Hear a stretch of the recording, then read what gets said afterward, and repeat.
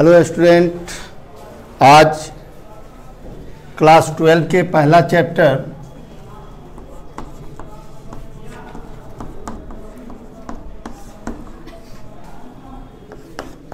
स्थिर विद्युत आवेश एवं क्षेत्र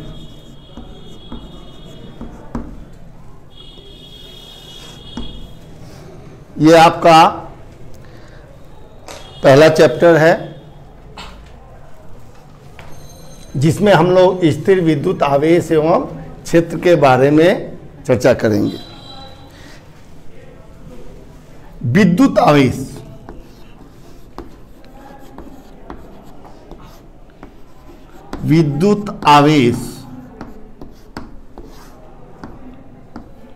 इलेक्ट्रिक चार्ज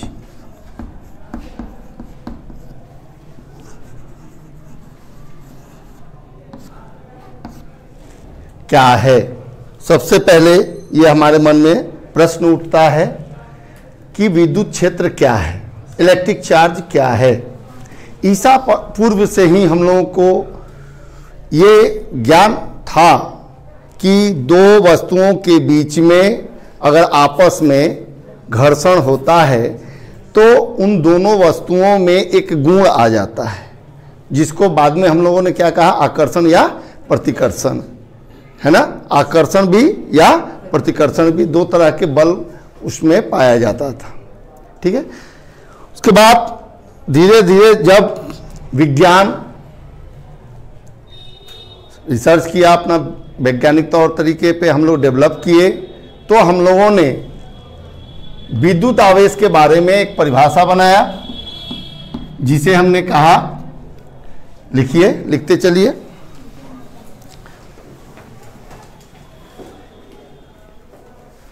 आवेश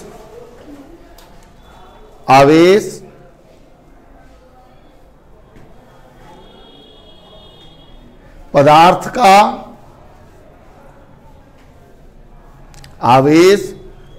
का आंतरिक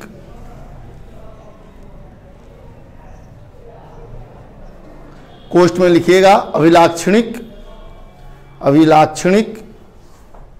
गुण होता है।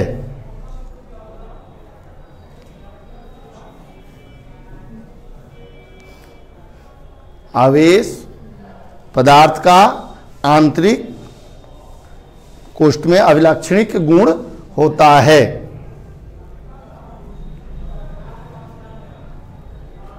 अगर हम आवेश को ऊर्जा के पद में परिभाषित करना चाहें तो इस प्रकार से करेंगे।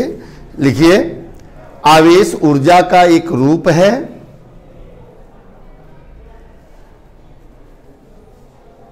आवेश ऊर्जा का एक रूप है जो किन्हीं दो वस्तुओं को आपस में घर्षण करने पर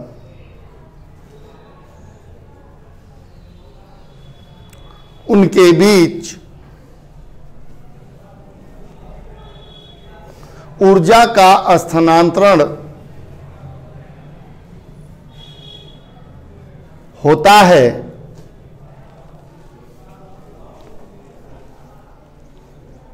अतः हम इसे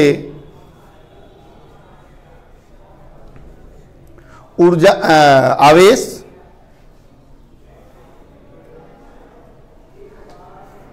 कहते हैं।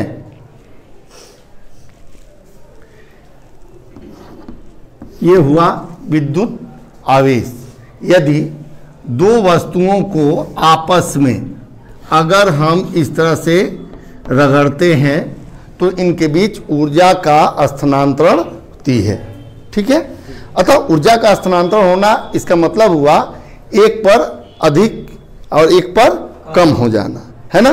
तो इस आंतरिक गुण को, ऐसे तो हम लोग ऊर्जा के पद में इसको कहें, लेकिन आवेश चूंकि इसकी किसी भी मटेरियल का, किसी भी पदार्थ का यह आंतरिक गुण होता है ना, ये होता ही है। जिस तरह से हम अगर बात करते हैं कि किसी पदार्थ में द्रव्यमान, अगर कोई पूछता है कि किसी पदार्थ में द्रव्यमान कहाँ से आया, तो ये कहना मुश्किल होता है। यह उसका अपना गुण है प्रत्येक पदार्थ का, इसका कोई भी वैज्ञानिक तथ्य नहीं है। अगर कोई पदार्थ है तो उसमें मास होना ही होना है, ठीक है। उसी तरह जिस तरह किसी प्रत्येक पदार्थ में मास होना उसका एक गुण है, उसी तरह आवेश का भी निश्चित रूप से होना एक गुण है। बात समझ में है? ये ऊर्जा के पद में लोग कहते हैं कि ऊर्जा का स्थानांतरण होता है, नहीं, इसका आवेश कहीं से आता नहीं है। यदि मास कहीं से नहीं आता है, किसी वस्तु का द्रव्यमान कहीं से नहीं आता है, अपने आप उत्पन्न नहीं होता, वो स्वयं है, उसकी एक गुण है, उसकी एक प्रॉपर्टीज है। तो उसी तरह जिस वस्तु का, जिस पदार्थ का मास होता है, तो श्योर उसका आवेश भी होगा। ध्यान में रखिएगा, बहुत इंपॉर्टेंट चीज बता रहे हैं आपको। अगर जिस पदार्थ में, जिस मटेरियल में अगर उसका मास है, तो उसमें अवश्य ही उस पर आवेश होगा। तरीका है उसको देखने की, उसको परखने की, उसको प्रयोग के आधार पर। अगर हम घर्षण करते हैं, जैसे अगर दो वस्तुओं के बीच घर्षण किए, तो घर्षण किए तो उनमें हम देखते हैं कि एक अन्य छोटे छोटे कण लेकर जाते हैं उसके पास, तो उसमें क्या होती है? आकर्षण होता है ना। अगर लाइक चार्जेस को ऐसे पढ़े हुए हैं हम लोग, 10 क्लास में भी पढ़े हुए हैं कि समान प्रकृति के आवेश के बीच प्रतिकर्षण होता है और असमान प्रकृति वाले आवेशों के बीच आकर्षण होता है। तो ये गुण कहाँ से आया? ये कहा तो हमारे पास है तरीका कि वो घर्षण किए और घर्षण से एक पर दूसरे पर ऊर्जा का स्थानांतरण हुआ, आवेश का स्थानांतरण हुआ। अब हम इलेक्ट्रिक चार्ज पढ़ रहे हैं तो वहां आवेश नहीं कहेंगे, ऊर्जा नहीं कहेंगे, क्या कहेंगे? आवेश। ठीक है, तो ये आगे हम लोग देखते हैं।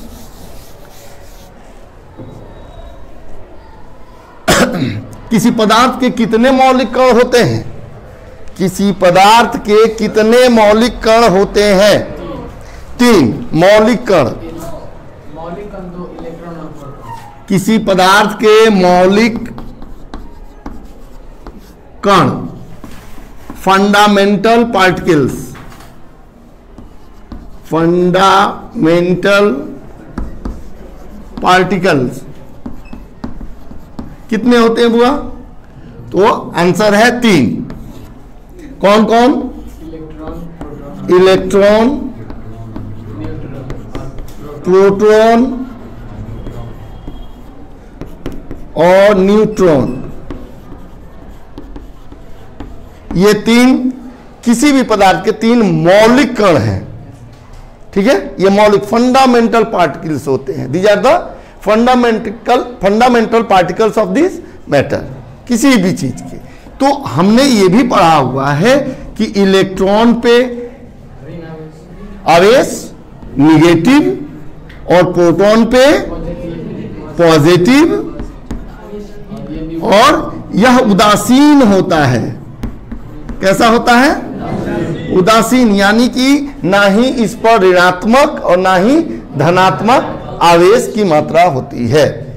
बात एक और याद रखिएगा कि परमाणु विद्युतीय उदासीन होते हैं,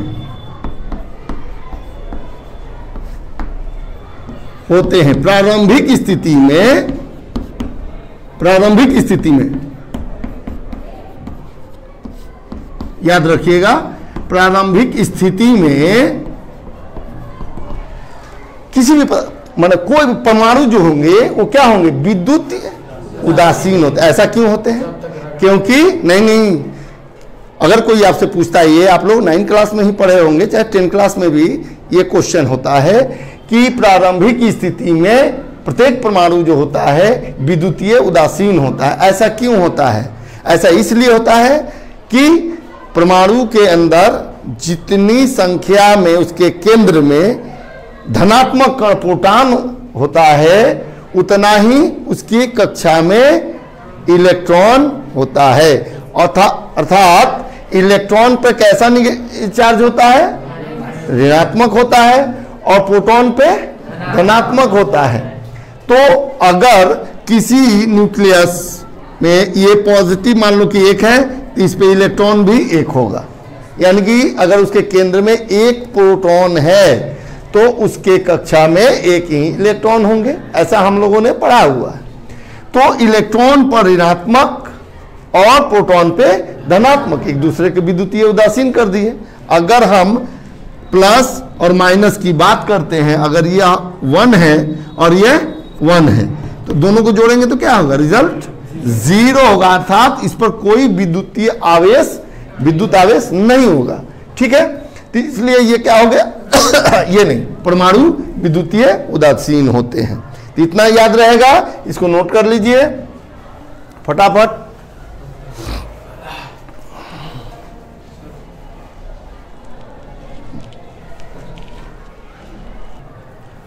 ओके, नोट कर लिए। अब लिखेंगे फंडामेंटल चार्ज, मूल आवेश।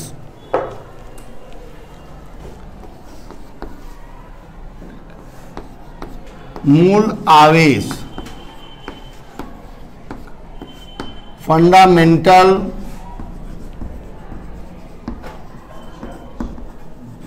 चार्ज।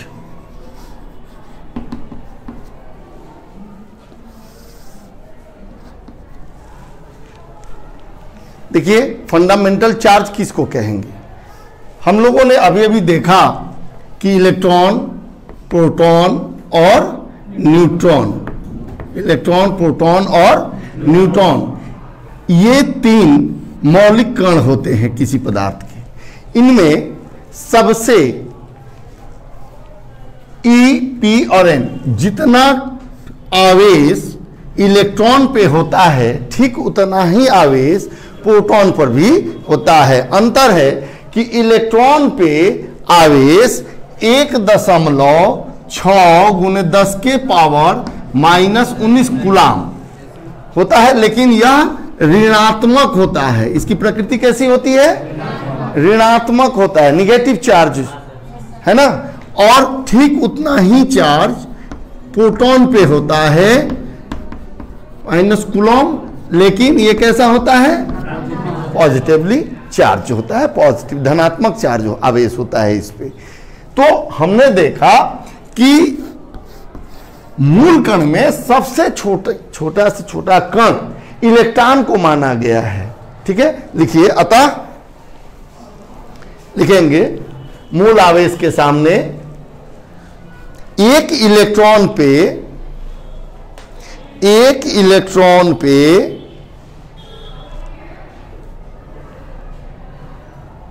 उपस्थित न्यूनतम आवेश की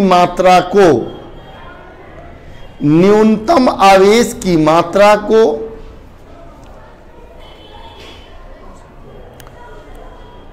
मूल आवेश कहते हैं। मूल आवेश कहते हैं। ठीक है, अतः इसका मान ये नोट कर लें।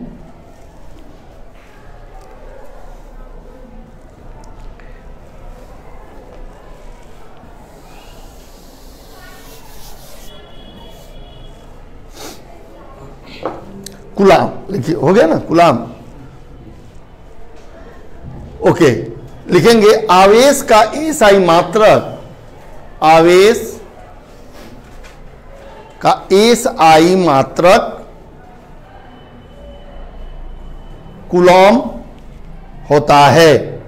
इसे सी द्वारा, सी से सूचित करते हैं। ठीक है, आइए बात करते हैं मिटा दें इसे। देखिए इससे भी छोटे छोटे कण को खोज दिया गया है। जैसे इलेक्ट्रॉन को तोड़ा गया तो क्वार्क निकला हुआ है ना। और सभी कई कण हैं, पॉजिट्रॉन है, न्यूट्रिनो है, कई हैं, सब पर आवेश होती हैं। कुछ पर आवेश, जैसे आपका फोटोन, फोटोन पर आवेश नहीं माना जाता है क्योंकि वह द्रव्यमान उस पर नहीं माना गया है ना। एच न्यू याद होगा आपको, फोटोन एच न्यू पढ़े होंगे आपको, क्वांटा जिसको कहा गया क्वांटम फिजिक्स में। ओके, अब हम लोग देखेंगे, थोड़ा सीखने की कोशिश करें। यहाँ अगर एक इलेक्ट्रॉन पे आवेश की मात्रा 1.6 गुने 10 के पावर -19 कूलाम, यह हम लोगों ने फंडामेंटल चार्ज बनाया, इतना होता है, एक इलेक्ट्रॉन पर पाया जाता है। मिल्कन ऑयल ड्रॉप एक्सपेरिमेंट के अनुसार उन्होंने यह आवेश दिया एक इलेक्ट्रॉन पर। यही एक इलेक्ट्रॉन पर पाए जाने वाली सबसे न्यूनतम आवेश की मात्रा है। स्टैंडर्ड पार्टिकल्स में सबसे छोटा पार्टिकल्स इलेक्ट्रॉन को माना गया है ना। उससे भी छोटे होती हैं लेकिन उनको स्टैंडर्ड में नहीं रखा गया है, ठीक है, मान्यता नहीं है। तो सबसे छोटा पार्टिकल अब तक भी किसको माना गया? इलेक्ट्रॉन को। तो इलेक्ट्रॉन पर उसकी जितनी भी गुण होगा वो और भी पार्टिकल की अपेक्षाकृत क्या होंगे? छोटे होंगे, है ना। इसलिए इस पर सबसे न्यूनतम आवेश की मात्रा 1.6 गुने 10 के पावर -19 कूलाम को एक इलेक्ट्रॉन पर आवेश की मात्रा कहा गया। अब एक इलेक्ट्रॉन पर इतनी आवेश है तो 2 इलेक्ट्रॉन पर कितना होगा बुआ? 2 से मल्टीप्लाई करेंगे, 10 के पावर -19 कूलॉम, ठीक है। अगर 3 होगा तो 4 होगा तो, अगर इसी तरह ये Q की मतलब आवेश की मात्रा हो गया। आवेश को हमने Q से डिनोट किया। तो अगर किसी भी पार्टिकल में मान लिया जाए, किसी वस्तु में, इसमें नंबर्स ऑफ इलेक्ट्रॉन n है, कितनी है? n है। तो n बड़ा, यहां Q कितना हो जाएगा? अगर n होगा तो n से मल्टीप्लाई करेंगे, n टाइम्स ऑफ चार्ज, यही होगा ना। तो इसको हम लोग किससे लिखते हैं, रिप्रेजेंट करते हैं? ई से। तो हम Q = n ही तो लिख सकते हैं ना फॉर्मूला। तो हमारे पास ये फॉर्मूला बन गया, Q = Ne, जहां n क्या है? इलेक्ट्रॉनों की संख्या है, E क्या है? एक इलेक्ट्रॉन पर आवेश की मात्रा है। तो अब हमारे पास, यदि हम आपको कहते हैं कि यदि हमारे पास 5 इलेक्ट्रॉन है, 5 इलेक्ट्रॉन है, तो आवेश की मात्रा कितनी होगी? तो आंसर है कि यदि आवेश को Q मान लिया जाए, कुल आवेश को Q मान लिया जाए, तो हमारे पास Ne फॉर्मूला है। तो Q और n की जगह पर क्या रखेंगे? 5 गुने E की जगह पर 1.6, हमारे पास ये मिला। तो Q बराबर हो गया, 16 में 5 से गुना करेंगे 80, एक अंक के बाद दशमलव है तो दशमलव यहां बैठाए, गुने 10 के पावर -19 कूलाम, यह आंसर हो गया। यदि इसी सवाल को अगर हम कहते हैं कि n बराबर 8 दे दिया, सपोज डायरेक्ट हम कह रहे हैं कि n क्या है? n मतलब इलेक्ट्रॉन की संख्या है। यदि इलेक्ट्रॉन की संख्या 8 हो तो उस पदार्थ पर, जिस पर इलेक्ट्रॉन की संख्या 8 है, तो उस पदार्थ पर आवेश की मात्रा कितनी होगी? Q = Ne 8 गुने 1.6 गुने 10 के पावर -19। तो ये गुना करते हैं तो 128 होता है, एक दशमलव है यहां बैठा दिए, गुने 10 के पावर -19 कूलाम। यह आंसर सही है, सही होते हुए भी गलत है। यह आंसर सही होते हुए भी गलत है। क्यों गलत है? सार्थक अंक के अनुसार, सार्थक अंक के अनुसार यदि गुणनफल में यहां 10 के पावर अगर घात में है, 10 के पावर है, अगर माइनस में हो चाहे प्लस में हो, तो इस बात का ख्याल रखना है आपको, नहीं तो सवाल गलत हो जाएगा। ऐसा कि यह दशमलव अगर यहां पावर में है तो यह दशमलव का स्थान सदैव 10 से छोटी होनी चाहिए। किससे? 10 से, हाँ 10 से छोटी होनी चाहिए। यहां तो 12 है, हमारे पास जो है वही है, लेकिन अब हमको करना है तरीका से, वो सार्थक अंक के अनुसार, सिग्निफिकेंट नंबर के अनुसार। तो अगर हम एक दशमलव का स्थान अगर हम बाएं की तरफ लेकर जाते हैं तो यानी कि इसमें 10 की कमी होती है। कैसे? यहां देखिए बाबू, इसको समझ लीजिए, केवल इसको इधर और उधर करने से इसको मत समझिए, नहीं तो गलत हो जाएगा, कंफ्यूज कर जाइएगा कि प्लस होगा तो क्या होगा, माइनस होगा तो क्या होगा। सुनिए, यहां 12.8 गुने 10 के पावर माइनस 19 है, हमें इसको चेंज करना है। तो हम गणितीय रूप, गणित की विधि का अपनाएंगे। देखिए 12.8 यदि हम 10 से भाग दे देते हैं तो एक अंक और इधर बदल जाएगा। तो हम 10 से केवल भाग देंगे तो हमारा यह सिद्धांत कहता है कि इसको गुना भी कीजिए, तभी तो ये कटेगा ना, हमारा तो यही है ना। तो अगर हम 10 से भाग दिए तो 10 से गुना भी किए और यहां फिर लिखे -19। अब देखिए यह तो अपना स्थान लिया, 1.28 हो गया, और देखिए यह +1 है, पावर इसका कितना है, तो यह प्लस हो गया, और ये अगर समान आधार हो तो उसके घात गुणनफल में क्या होते हैं, जुट जाते हैं। तो -19 में +1 जोड़िएगा तो आपका आंसर हो जाएगा -18 कूलम आंसर। क्लियर? अगर हम इस चीज को एक और फर्क, ये नोट कर लेंगे आप,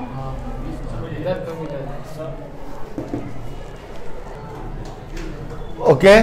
चलिए यहां देखिए, फिर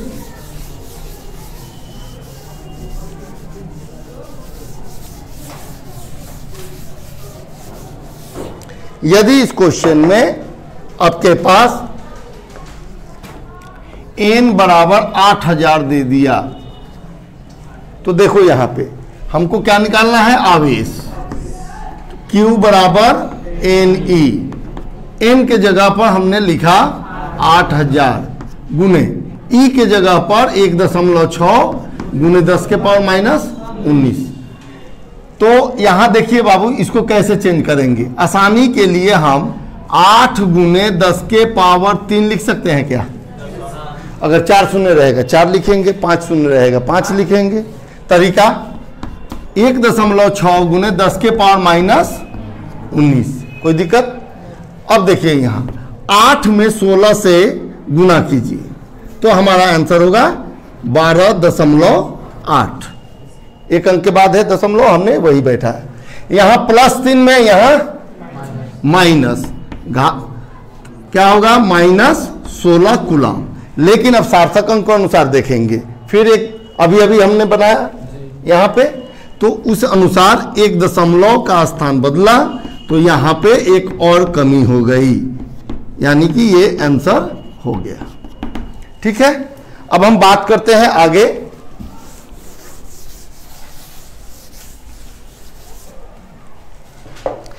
हमने देखा कि एक इलेक्ट्रॉन पे आवेश 1.6 गुने 10 के पावर -19 कूलम है।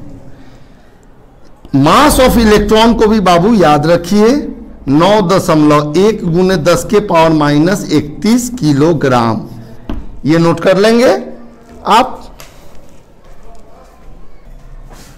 नोट कर लिया बाबू? ओके। अब देखिए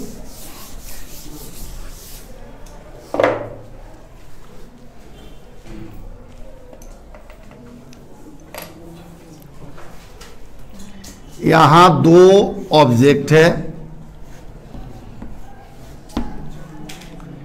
इसको आप इस तरह से देखें, याद रहेगा आपको।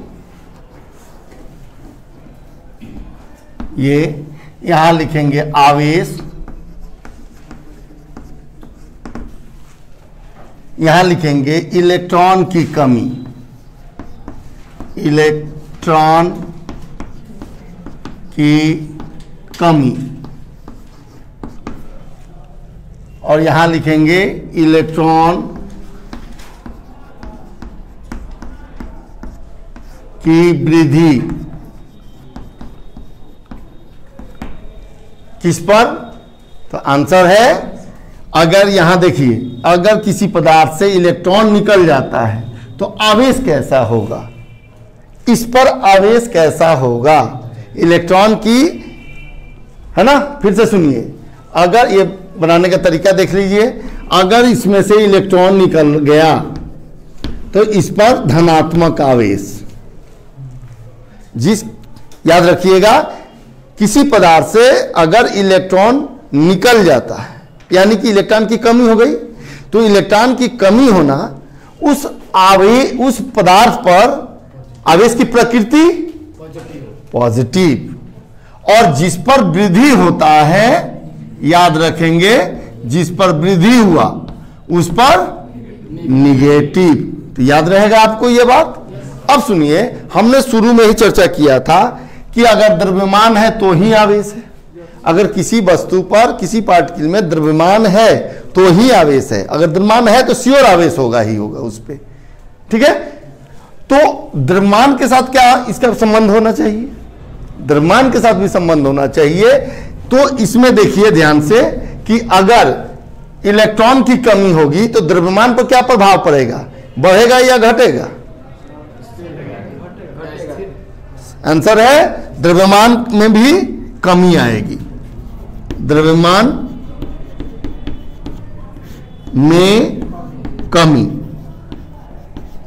इसमें द्रव्यमान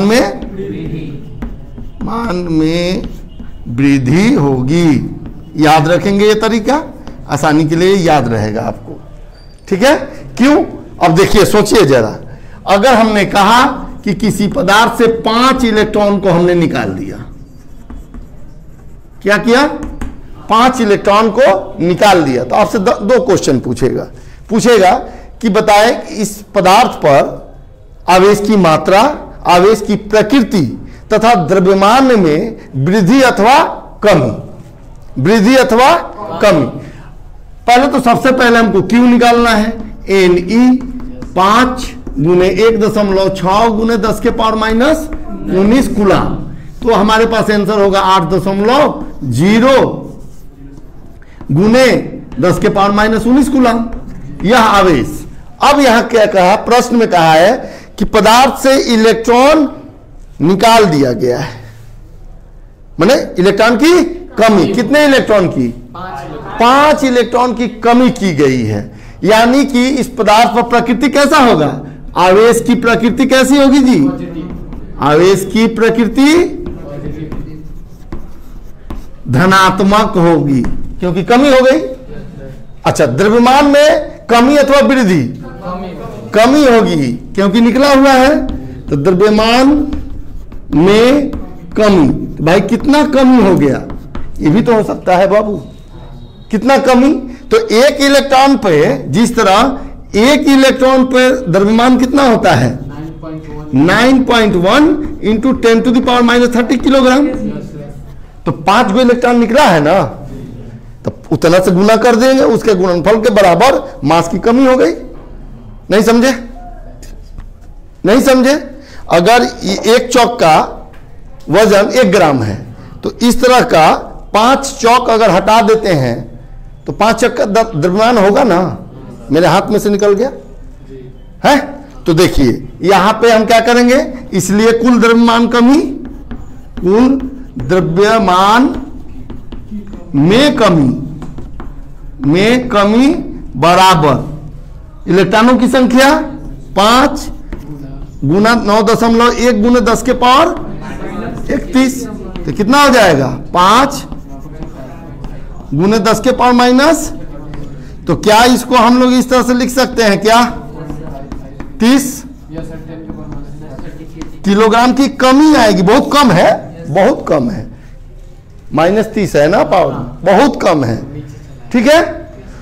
तो आज के लिए इतना ही, फर्स्ट बुक का ये एक बेसिक था, कल से फिर हम लोग आगे बढ़ेंगे, ठीक है। तब तक के लिए पढ़ते रहिए और इस वीडियो को जरूर से जरूर लाइक कीजिएगा, शेयर भी कीजिएगा। धन्यवाद।